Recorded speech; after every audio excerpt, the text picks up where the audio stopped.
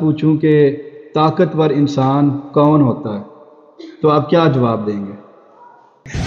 جب کوئی بات کرتا ہے کہ فلاں بندہ بڑا طاقتور ہے، اس سے کیا مراد ہوتا ہے کہ وہ کس طرح طاقتور ہے؟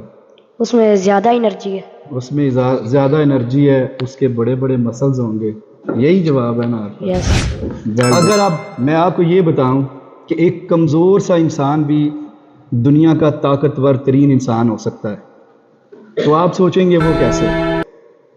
تو نبی کریم صلی اللہ علیہ وآلہ وسلم کی ایک حدیث ہے، آپ نے فرمایا کہ طاقتور وہ نہیں جو کشتی میں کسی کو پچھاڑ دے، طاقتور وہ ہے جو غصے کی حالت میں اپنے نفس پر قابو پا لے۔ سو اس چیز کو پریکٹیکل ایکسپلین کرنے کے لیے میں آپ کے پاس 2-3 چیزیں لے کے آیا ہوں، جس میں صاف پانی ہے اور یہ مٹی پڑی ہوئی ہے میرے پاس اور یہ چمچ ہے۔ لیکن پریکٹیکل کرنے سے پہلے ہم تھوڑا سا اس حدیث کی حکمت کے بارے میں ڈسکس کریں گے۔ سو اس حدیث میں جو الفاظ استعمال ہوئے ہیں، نبی پاک صلی اللہ علیہ وسلم کی آپ حکمت دیکھیں کہ آپ نے پہلے مثال دی کہ طاقتور وہ نہیں ہے۔ سو آپ نے بھی یہ بتانے کے لیے کہ طاقتور کون ہوتا ہے، آپ نے ساتھ میں ایک لفظ استعمال کیا کہ جو کشتی میں کسی کو پچھاڑ دے، لوگ اسے طاقتور سمجھتے ہیں۔ اور پھر آپ نے فرمایا لیکن حقیقت میں وہ طاقتور نہیں ہے، طاقتور وہ ہے جو غصے کی حالت میں اپنے نفس کو کنٹرول کر لے۔ سو یہاں پہ جو مین چیزیں نوٹ کرنے والی ہیں اس حدیث میں، پہلی چیز طاقتور، تو ہمیں پتہ چل گیا کہ طاقتور وہ ہے جو غصے کو پی جائے۔ دوسری چیز ہم نے یہ جاننی ہے کہ غصہ کیا چیز ہے، اور تیسری چیز یہ ہے کہ نفس کیا ہے، اور چوتھی چیز ہم نے یہ سمجھنی ہے کہ یہ ہمیں انسانوں کو کنٹرول کیوں کرتا ہے۔ اور نبی پاک صلی اللہ علیہ وسلم نے پورے ایک اس جملے میں پوری کائنات کا علم کیسے سمیٹ کے رکھ دیا ہمارے لیے۔ سو جب ہم غصے کے اوپر غور کرتے ہیں تو انسان کو غصہ کیوں آتا ہے؟ انسان کو غصہ، ایک انسان نے دوسرے انسان سے کوئی چیز توقع کی تو دوسرا انسان اس کے لیے اس کی توقعات پہ پورا نہیں اتر سکا، اب پہلے والے انسان کو غصہ آ گیا۔ یہ جو غصہ ہے، یہ غصہ صرف اور صرف ایک جذبہ نہیں ہے، یہ انسان کی پوری انجینئرنگ کو چینج کر دیتا ہے۔ انسان کے اندر ایک سسٹم ہے، آپ کو سمجھانے کے لیے سادہ الفاظ استعمال کر رہا ہوں، جس کو ہم امگڈیلا بولتے ہیں۔ تو جب انسان غصے میں ہوتا ہے، طیش میں ہوتا ہے، تو انسان فائٹ اور فلائٹ موڈ میں چلا جاتا ہے کہ یا اب انسان لڑے گا تو یا انسان بیک آف کر جائے گا، مطلب کہ بھاگ جائے گا اس میدان کو چھوڑ کر۔ جب انسان امگڈیلا میں چلا جاتا ہے تو انسان کے 90% فیصلے غلط ہوتے ہیں۔ کوئی بھی فیصلہ جب ہم غصے میں کرتے ہیں تو ہمیں یہ پتہ چلتا ہے کہ یہ فیصلہ تو میں نے غلط کر لیا، اور اکثر اوقات وہ فیصلے جو ہم نے غصے میں کیے ہوتے ہیں ہمیں ندامت اور شرمندگی بھی اٹھانا پڑتی ہے اور لوگوں سے معذرت بھی کرنا پڑتی ہے۔ جب انسان کو غصہ آتا ہے تو انسان کی جو خون کی رفتار ہے، جو ہارمونز ہیں، وہ خون کے اندر تیز ہو جاتے ہیں، دل کی دھڑکن تیز ہو جاتی ہے، اور اب انسان کا پورا جسم جو ہے وہ اپ سیٹ ہونا شروع ہو گیا، وہ غصے میں ہے، وہ طیش میں ہے۔ اور وہ غصے کی حالت میں کتنی ایسی شادیاں غصے کی وجہ سے خامد نے بیوی کو طلاق دے دیے، غصے کی حالت میں ایون یہاں تک بھی حالات پہنچے ہیں کہ سگے باپ نے اپنے بیٹے کا گلا دبا دیا۔ تو نبی پاک صلی اللہ علیہ وآلہ وسلم کی حدیث آپ دیکھیں کہ کتنی حکمت ہے اس میں کہ نبی پاک صلی اللہ علیہ وسلم فرما رہے طاقتور اگر بننا ہے نا تو اس غصے کو کنٹرول کرو، اور کب کنٹرول کرو اور کیسے کنٹرول کرو کہ تم اپنے نفس پر غصے کی حالت میں نفس پر قابو پا۔ اب یہ نفس کیا چیز ہے؟ یہ نفس انسان کے اندر خواہشات کو ابھارتا ہے، اور یہ شیطان کے بغیر ہی انسان کو ناکام کر سکتا ہے، اور یہ ناکام کرتا بھی ہے۔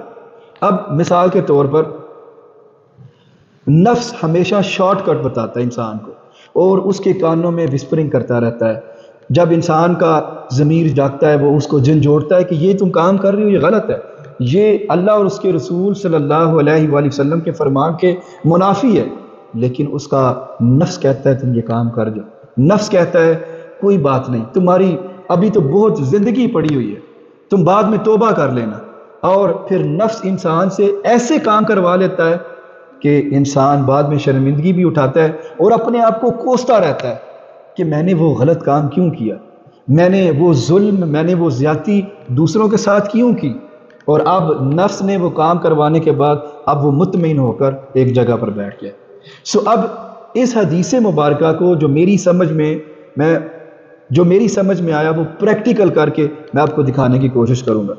پریکٹیکل کے لیے میں نے یہ 2 بوتلوں کا استعمال کیا، دونوں میں صاف پانی ہے۔ ایک انسان اگر ہم مثال لیں کہ یہ طاقتور ہے، وہ والا طاقتور جو نبی کریم صلی اللہ علیہ وآلہ وسلم نے فرمایا، اور ایک وہ طاقتور جو عموماً ہم اپنی سادہ الفاظ میں جو فزیکلی طاقتور ہوتا ہے، اگر ہم یہ بوتل اس کو ریپرزینٹ کرے تو آپ دیکھیں دونوں کا پانی صاف ہے۔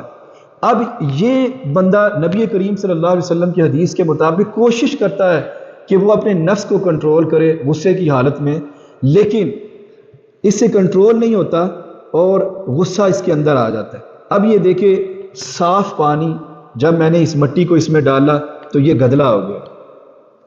اب دوسرا جو پلوان ہے جو فزیکلی اتنا طاقتور ہے، وہ ہر وقت غصے میں رہتا ہے، ہر وقت اپنے آپ کو تیش دلاتا رہتا ہے، غصہ دلاتا رہتا ہے، تو اب اس کا پانی آلریڈی گدلا ہے، اس کے اوپر میں جتنی بھی مٹی ڈالوں وہ اثر نہیں کرے گی، کیونکہ یہ تو بندہ آلریڈی غصے میں ہے، ہر ٹائم ڈانٹتے رہنا، ہر ٹائم غصے میں رہنا، ہر بندے کو غصے کی حالت میں جواب دینا۔ لیکن دوسری طرف وہ انسان جو اپنے آپ کو کنٹرول کرتا ہے، اس کو بھی یہ چیزیں افیکٹ کر رہی ہیں۔ لیکن اگر کوئی انسان میری طرح کا یہ چاہے کہ نبی کریم صلی اللہ علیہ وآلہ وسلم کی حدیث کے اوپر میں نے عمل کر کے اپنے غصے کو کنٹرول کرنا ہے، جب وہ اس چیز کی پریکٹس کرے گا تو اس کی مثال یوں ہے جیسے اس کا اب جو برتن ہے، اس کی اب جو غصہ کرنے والی سکل ہے وہ کیونکہ بڑھ چکی ہے، تو میں نے بڑے برتن کو استعمال کیا۔ اب جتنی مقدار میں ہم نے پہلے اس میں مٹی ڈالی تھی، اگر اتنی مقدار میں اس میں مٹی ڈالوں تو اثر ضرور ہوگا، لیکن یہ والا انسان اس غصے کو پی جائے گا، اور آپ دیکھ لیں اس انسان کو ابھی اتنا فرق نہیں پڑا جتنا فرق پہلے پڑا۔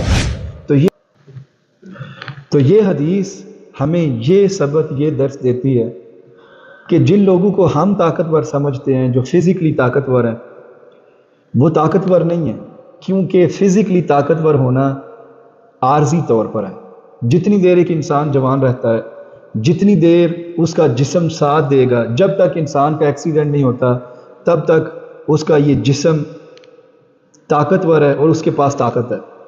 لیکن جو طاقت نبی کریم صلی اللہ علیہ وآلہ وسلم نے ہمیں سکھائی، اگر ہم اس کے اوپر عمل کریں تو انسان جتنی پریکٹس کرتا رہے گا اتنی زیادہ طاقت اس کی بڑھتی رہے گی اور وہ اپنے غصے پر کمپلیٹلی قابو پا سکتا ہے۔ تو میں اللہ تعالیٰ سے دعا کرتا ہوں کہ اللہ تعالیٰ اس حدیث کے اوپر مجھے اور آپ سب کو عمل کرنے کی توفیق عطا فرمائے، آمین۔